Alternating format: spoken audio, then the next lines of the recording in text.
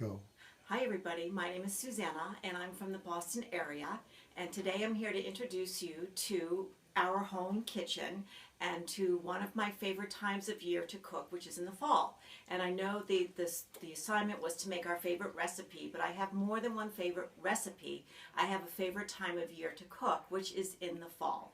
So today the recipe is going to be a roasted butternut squash with cranberries, and I've chosen the cranberries because they have a lot of really good healthy properties to them, and the squash at this time of year is very fresh, and so when you put the two together you get a really healthy, versatile cooked vegetable that's great with many different types of meats like turkey and chicken and pork. So let's get started.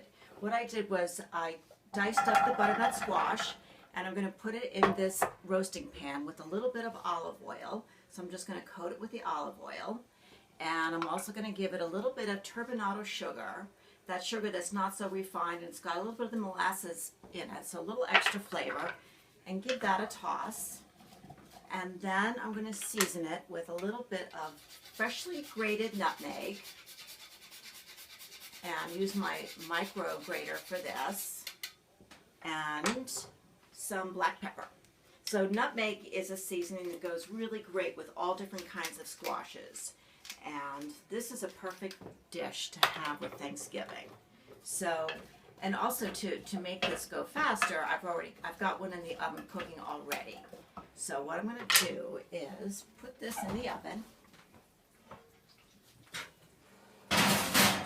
It takes about 20 minutes at 350 before we move on to the next step.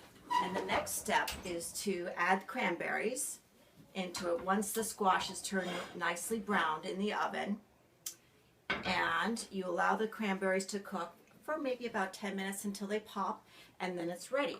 And so to give it a little bit more of a New England flavor, I'm going to add just a hint of New England maple syrup, and the cranberries have a little tartness to them, so you want to sweeten them up, and this is a great New England style vegetable dish to have with as I said before, chicken or pork or turkey, even turkey.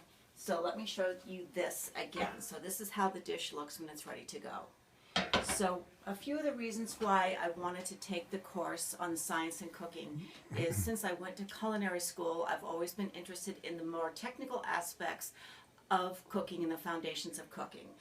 Some examples of that are making a hollandaise, and what happens when your hollandaise should separate. What would you do to bring it back together if the butter is too hot or the eggs curdle? Another great example is making a consommé from beef stock or chicken stock, and how that whole process works. So I hope you've enjoyed this tasty little segment tonight, and if you like the recipe, you let us know. Thank you. There we go.